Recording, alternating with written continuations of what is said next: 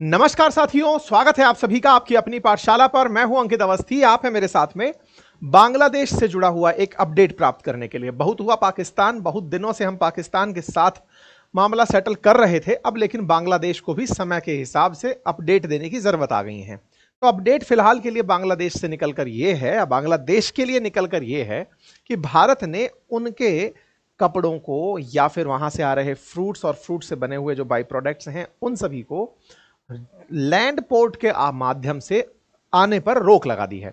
अब land port से होकर के बांग्लादेशी माल अगर इंडिया में एंट्री नहीं कर पाएगा तो यह क्या कोई बड़ा पनिशमेंट है हमने जो उनके ऊपर दे दिया है?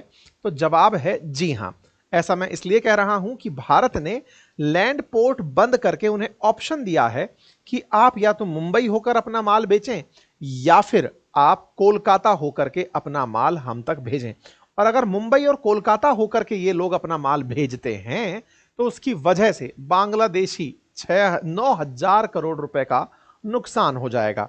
भारत की भाषा में, अब दुनिया भर की भाषा में बात करें तो $700 मिलियन का इन्हें नुकसान होगा। इतना नुकसान कि ये आने वाले समय में हो सकता है कि भारत में अपना कपड़ा भेज ही ना पाए। ऐसा हमने क्या कर दिया? मतलब लाठी भी नहीं टूटी और सांप भी मार दिया। ये क्या तरीका था? आइए आज के सेशन में इसे विस्तार से समझते हैं। भारत ने किस प्रकार से मोहम्मद यूनुस चच्चा, जो बहुत तेजू बनने निकले थे, उन्हें अपनी तरफ से मैसेज दे दिया है। और मैसेज देते हुए कहा कि हम केवल बस पॉइंट्स में से कॉमा, बिंदु, पूर्ण विराम, बस इनका उपयोग करके भी आपको इतना नुकसान पहुंचा सकते हैं। खैर, मीम मार्केट इस बात पर तेज है। फिलहाल के लिए सुर्खियां हैं कि भारत ने इंपोर्ट जो बांग्लादेश से था उससे लगभग $770 मिलियन का नुकसान पहुंचा दिया है। अब इसमें बहुत तरह से सवाल बनने लगेंगे कि ऐसा क्या हुआ है। तो एक लाइन में आंसर निकल के आता है, बांग्लादेश इन दिनों चाइना का करीबी हो रहा था, पाकिस्तान सिंपैथाइजर हो रहा था, क्या उन्हीं का पनिशमेंट मिला है? तो एक लाइन में आंसर है हाँ। लेकिन डायरेक्ट हम उस आंसर को कह नहीं सकते। क्यों नहीं कह सकते? क्योंकि हमारे द्वारा बांग्लादेश को अभी फिलहाल के लिए इसलिए बख्शा हुआ है क्योंकि हमें अभी उसमें और स्कोप दिख रहा है, कि हमें दिख रहा है कि बांग्लादेश को फिर से रास्ते पर लाया जा सकता है। उनका जो तुरुप का इक्का या बेगम कहिए, वो फिलहाल इंडिया में ही है। ऐसे में शेख हसीना को भारत में रखते हुए भारत बांग्लादेश के लोगों के नजर में अभी उतना ज्यादा ग्रीवांसेस नहीं डलवाना चाहता है कि कल को शेख हसीना जाएं और चुनाव ना जीत पाएं। तो ऐसे में भारत केवल थोड़ा आराम आराम से डिप्लोमेटिक तरीके से खेल रहा है। और इसी खेल में इन्होंने जिस तरह से ताजा ताजा शेख हसी ये मोहम्मद यूनुस, जो अपने आप को बहुत बड़ा इकोनॉमिक एडवाइजर बना रहे थे, उन्हें एक हल्का सा झटका दे दिया है। खबर बनती है director general of foreign trade की तरफ से, जो मिनिस्ट्री ऑफ कॉमर्स और इंडस्ट्री से हैं। उन्होंने अपनी तरफ से एक लेटर जारी किया और उस लेटर में कुछ बातें इस तरह से लिखी गई कि रेडीमेड गारमेंट्स जो हैं वो अब लैंड बॉर्डर के साथ बांग्लादेश से भारत में एंट्री नहीं कर पाएंगे। ऐसे ही कुछ और पदार्थों के बारे में लिखा, जैसे फ्रूट और फ्रूट फ्लेवर्ड कार्बोनेटेड ड्रिंक्स के बारे में लिखा। ऐसे ही फूड आइटम्स और स्नैक्स और चिप्स और कन्फेक्शनरी आइटम्स के बारे में, कॉटन और कॉटन यार्न वेस्ट के बारे में, प्लास्टिक और पीवीसी गुड्स के बारे में, और साथ ही साथ में इसी तरह से मतलब वुलन गुड्स जो है, वुडन फर्नीचर जो है, उन सब के बारे में हमने लैंड बॉर्डर से रोक लगा दी कि नहीं साहब, आपका माल नहीं आ पाएगा। ये हम लोगों ने इस तरह से एक लिस्ट जारी कर दी कि कौन सा माल नहीं आएगा। इसका मतलब ये हुआ कि जो इस लिस्ट में नहीं है वो अभी भी आ सकता है। फिलहाल के लिए भारत ने जो किया वो ये कि इनके यहां से जो माल इंडिया आ रहा था उस माल के ऊपर फिलहाल बॉर्डर पर रोक लगा दी है कि आप लैंड बॉर्डर के साथ मत भेजिएगा। आपको ये माल भेजना है तो सी पोर्ट के माध्यम से भेजिएगा। अब आपके दिमाग में एक प्रश्न आएगा कि यार, लैंड बॉर्डर से मत भेजिए, सी पोर्ट के माध्यम से भेजिए, इसका क्या लॉजिक है? और मतलब किस तरह से इस बात की हम वैल्यू करें कि लैंड पोर्ट से ना भेजकर सी पोर्ट से भेजेंगे तो हमें फायदा होगा और इनका इतने करोड़ का नुकसान होगा? इसको समझने के लिए थोड़ा सा हम आगे चलेंगे, लेकिन उससे पहले हम ये जरूर जान लेते हैं कि आज का तात्कालिक कारण ऐसा क्या है कि भारत ने यह फैसला लिया है। देखिए, दो बड़े कारण हैं। पहला, ये जब चाइना जाकर आए थे तो वहां से लगभग $2 बिलियन का, $2.1 बिलियन का कर्जा लेकर आए थे और उस कर्जे में इन्होंने बांग्लादेश के उत्थान के लिए पैसा खर्च करने का निर्णय लिया। उनमें से एक प्रोग्राम था जिसको ये करवाना चाहते थे चाइना की मदद से, और वो था कि बांग्लादेश के 6 एयरपोर्ट ऐसे हैं जिन्हें ये रेनोवेट कराना चाहते थे। या कहिए कि पुराने ब्रिटिश टाइम के एयरपोर्ट्स थे जो फिलहाल यूज में नहीं आ रहे थे, उन्हें फिर से ये रिफर्बिश करके यूज करना चाहते थे, उन्हें वापस से मतलब कार्यशील बनाना चाहते थे। उनमें से एक पोर्ट ऐसा है, एयरपोर्ट, जो कि भारत की सीमा के बिल्कुल नजदीक है। चूंकि जब ये चाइना गए थे तब ये कहकर आए थे कि पूर्वोत्तर भारत के लिए तो हम ही मतलब पूरी तरह से गार्जियन हैं, ओशन के गार्जियन हैं, और पूर्वोत्तर भारत तक अगर ये चाहते हैं कि चाइना वाले रीच करें तो उन्हें बांग्लादेश की जरूरत होगी। बांग्लादेश ने खुद को इस तरह प्रस्तुत किया था कि पूर्वोत्तर भारत में अगर चाइना भी जाना चाहता है तो वो उसे एज ए रूट यूज करे। चाइना वालों ने ठीक समझा कि हाँ भाई, बांग्लादेश वाले ऑफर कर ही रहे हैं तो सुन लेते हैं। ऐसे में चाइना ने बकायदा बांग्लादेश के रंगपुर डिस्ट्रिक्ट में, जो कि चिकन नेक के बिल्कुल 100-125 किलोमीटर दूर है, वहां पर एयरफील्ड बनाने पर सहमति जता दी। हम लोग इस बीच में इनके साथ में गुस्सा दिखा रहे थे। हमने कहा था कि तुम्हारा माल हम हवाई जहाज से नहीं बेचने देंगे। भारत ने पूरी तरह से कार्रवाई करते हुए काम किया, लेकिन इसी बीच में चाइना वालों ने चिकन नेक और भारतीय सीमा के नजदीक अपना एयरपोर्ट बनाने का प्लान शुरू कर दिया। ये ताजा खबर जो आप देख रहे हैं ये 2 दिन पहले की है, जिसमें चाइना ने बांग्लादेश के अंदर अपना एयरबेस बनाने के लिए चिकन नेक के नजदीक हाल ही में अपने अधिकारी भेज करके सर्वे करवाया है। ये जगह जो है ये लाल मोनिर हट नाम से एक जगह है। लाल मोनिर हट को अगर समझना है तो मैप पर आप ऐसे समझें, 4000 किलोमीटर से अधिक का हम इनके साथ लैंड बॉर्डर शेयर करते हैं, लेकिन इन्हें भारत को चुनौती देने के लिए जो जगह मिली बांग्लादेशियों को, वो क्या मिली, कुछ इस तरफ के आसपास एक जगह थी। ये जो जगह है लाल मोनिर हट करके जो जगह है, ये लाल मोनिर हट जगह चिकन नेक जो कि 22 किलोमीटर चौड़ा है, यहां से लगभग 135 किलोमीटर दूरी पर है। यहां पर ये एयरफील्ड बनवाना चाहते हैं चाइना की मदद से। इसको मैं और दूसरे मैप में दिखाऊं तो ये यहां पर बनवाने की कवायद कर रहे हैं। इस जगह से भारत की सीमा मात्र 15 किलोमीटर दूर है। जगह पर शेख हसीना ने 2019 में भारत के हित में फैसला लेते हुए खुद की एक एविएशन यूनिवर्सिटी चालू करवा दी थी, ताकि यह हो कि इस जगह का उपयोग किसी और पर्पज में ना हो। इसलिए बांग्लादेश की जो वायुसेना है वो अभी लाल मोनिर हट के अंदर अपनी एविएशन को यूनिवर्सिटी चलाती है, ताकि अपने एयरफील्ड के पायलट्स को ट्रेनिंग दिया जा सके। अब इसी जगह को मोहम्मद यूनुस चाइना के साथ विकसित करना चाहते हैं, और चाइना के साथ विकसित करते हुए भारत को एक कड़ी चुनौती देने का मकसद रखते हैं। ठीक है, तो 135 किलोमीटर दूर जो ये लाल मोनिर हाट के नाम से जो जगह है, ये ब्रिटिशर्स के समय की जगह है, और इस जगह को अभी फिलहाल के लिए ये जो $2.1 बिलियन का लोन लेकर आए हैं, उसी लोन की राशि से यहां पर विकास कार्य करवाना चाहते हैं। चाइना पहले से भी भारत के इस पर्टिकुलर क्षेत्र पर नजरें गड़ाए बैठा है। यही कारण है कि पूर्वोत्तर में अरुणाचल प्रदेश के अंदर बहुत सी जगहों का नाम चेंज करना उसकी पुरानी आदत रही है। पूर्वोत्तर भारत के साथ चूंकि इसकी सीमाएं साझा होती हैं और उसे यह बेहतर तरीके से पता है कि पूर्वोत्तर भारत पर अगर उसका कब्जा होता है तो पूर्वोत्तर भारत को कब्जने के लिए उसे बस केवल हमारा डोकलाम का रास्ता तोड़ना होगा, या चिकन नेक से उसको हमारी कनेक्टिविटी काटनी होगी। अगर वो कनेक्टिविटी काटता है तब तो सारे के सारे एक ही हो रखे हैं भाई, इधर से यहां से बैठा हुआ चाइना, इधर से बांग्लादेश, और ये पूर्वोत्तर को अपने साथ करने में, चारों तरफ से घेरने में कामयाब हो जाएंगे। ऐसा इनकी पिक्चराइजेशन है कि भारत से इस पूरे क्षेत्र को अलग कर दिया जाए। और इस क्षेत्र को अलग करने के लिए बार बार, चाहे पहले डोकलाम वाला विवाद हो जो कि भूटान के मामले में था, ये डोकलाम में अपना काम नहीं कर पाए, तो अब उसके बिल्कुल दक्षिण में लाल मोनिर हाट के अंदर ये अपना एयरफील्ड बना रहे हैं। मतलब चाइना ने पूरी तरह से स्ट्रेटेजिकली, चाहे कितने ही समय में हो, चाहे सलामी स्लाइसिंग धीरे धीरे काटते काटते 10, 20, 50 साल जो भी हो, उसके विजन में यही है कि भारत का यह हिस्सा उसके बहुत काम का है। अब आपके दिमाग में बनेगा कि ऐसा भी उनके दिमाग में इस जगह को लेकर क्या पिक्चर है।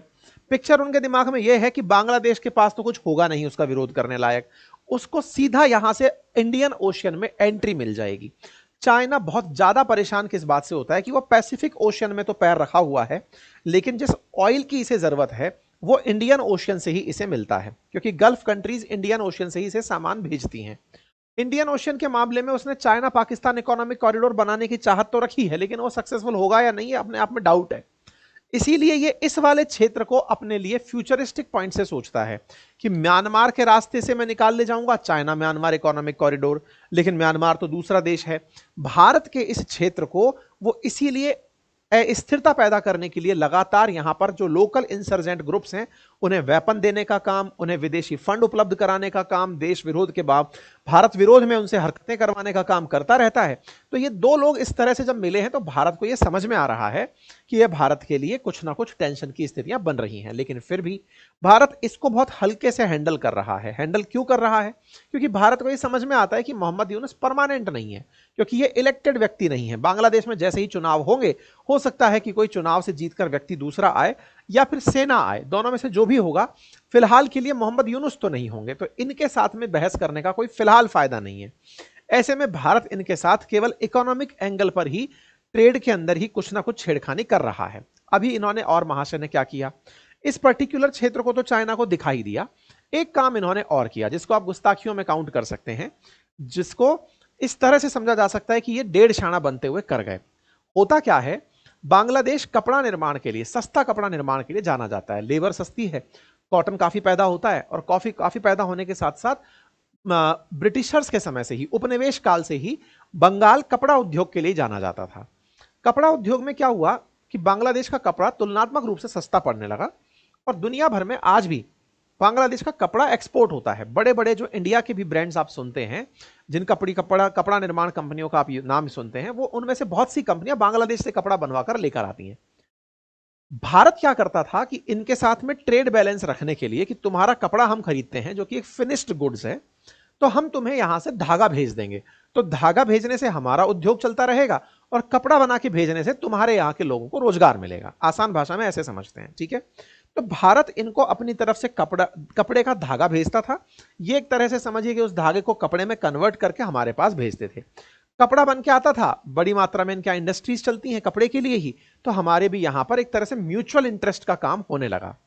इन भाई साहब ने एक समझदारी करी। आज से 1 महीने पहले, 1 महीने पहले, इन्होंने भारत से जा रहे धागे पर यानी यार्न पर बैन लगा दिया। इन्होंने कहा कि हम यार्न भारत से नहीं मंगाएंगे। क्यों नहीं मंगाएंगे? क्योंकि बांग्लादेश से जब 2 बिलियन डॉलर लेकर आए हैं तो उसके प्रति थोड़ी स्वामी भक्ति दिखानी है, और बांग्लादेश को धागा चाइना भी दे सकता है। चाइना में धागा और आसानी से उपलब्ध होगा। ऐसे में चाइनीज धागा इनके यहां पहुंचना शुरू हुआ, भारत का धागा जाना बंद हुआ। तो अब देखिए म्यूचुअल इंटरेस्ट कैसे प्रभावित हुए। जब हमारा धागा नहीं जा रहा है तो हम तुम्हारा कपड़ा कैसे लें, और जब तुम्हारा कपड़ा नहीं लें तो इसका तरीका क्या रखें। अब ये तो कह नहीं सकते कि हम चाइना का धागा लगाए इसलिए नहीं लेंगे, तब मैं उस स्थिति में ले जा रहा हूं। तो इन महाशय ने जैसे ही धागा हमारा बैन किया तो हमारे यहाँ के जो लोकल ट्रेडर्स थे उनने कहा साहब हमारा धागा नहीं जा रहा, उनका कपड़ा आ रहा है, ये तो फिर वही वाला हो गया, कच्चा माल ले जाओ और फिर पक्का माल बनाकर लाओ, सर हमारा नुकसान हो रहा है। तो फिर यहां पर दूसरी तिगड़म बिठाई गई। बोले यार एक बात बताओ, चाइना वाले धागा देकर के अगर कपड़ा हमारे पास भिजवा रहे हैं तो उससे हमारा नुकसान क्या हो रहा है?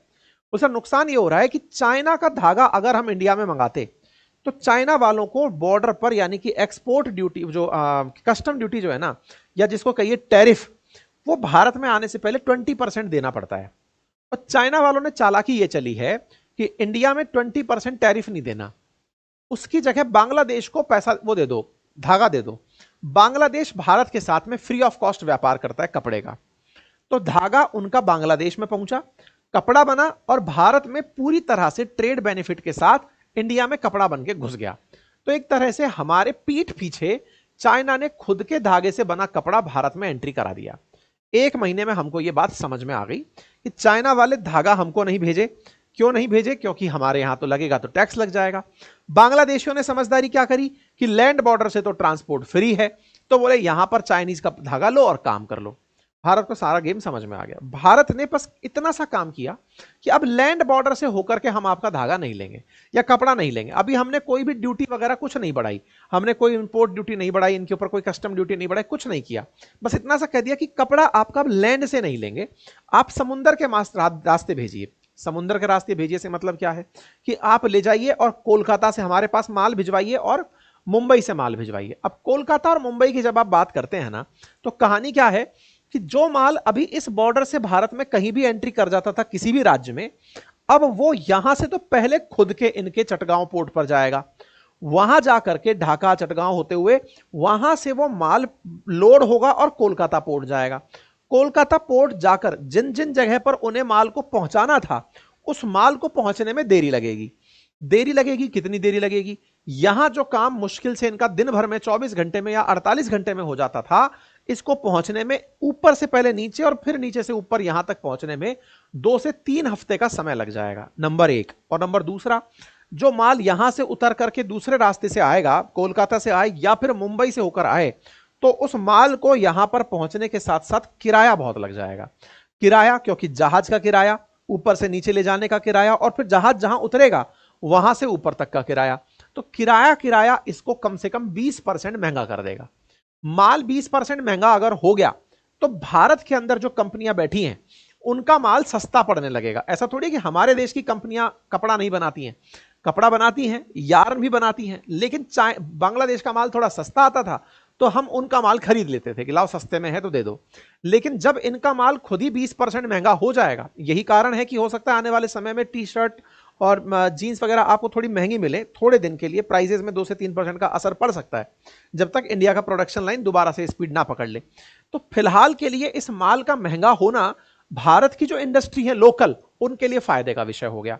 तो फायदे का विषय हो गया तो भारत का डोमेस्टिक प्रोडक्शन बढ़ेगा, बांग्लादेश का एक्सपोर्ट स्वतः ही घटेगा, क्योंकि 20% माल महंगा होने पर भारत ने मना नहीं किया है कि हम टैक्स लगा रहे हैं तुम्हारे पर, बस हमने तो रास्ते बंद किए, इस रास्ते से नहीं, थोड़ा घूम कर आ जाओ। घूम कर आने पर वो माल भेज नहीं पाएंगे, माल महंगा हो जाएगा, भारत में उन्हें खरीदार नहीं मिलेगा। भारत में खरीदार मिलने के अभाव में ऑटोमेटिक उनको $770 मिलियन तक का नुकसान पहुंच जाएगा। केवल कपड़ा नहीं, बाकी और भी चीजें जो यहां इन रास्तों से बंद की गई हैं उनसे इनको नुकसान हो जाएगा। तो उम्मीद है कि हमने इन्हें किस तरह से इतने करोड़ का या इतने मिलियन डॉलर का नुकसान पहुंचाया वो आपको समझ में आ गया। लेकिन भारत इस बात को समझ रहा है कि इनका ट्रीटमेंट किस तरीके से किया जा सकता है। फिलहाल के लिए इतना ही।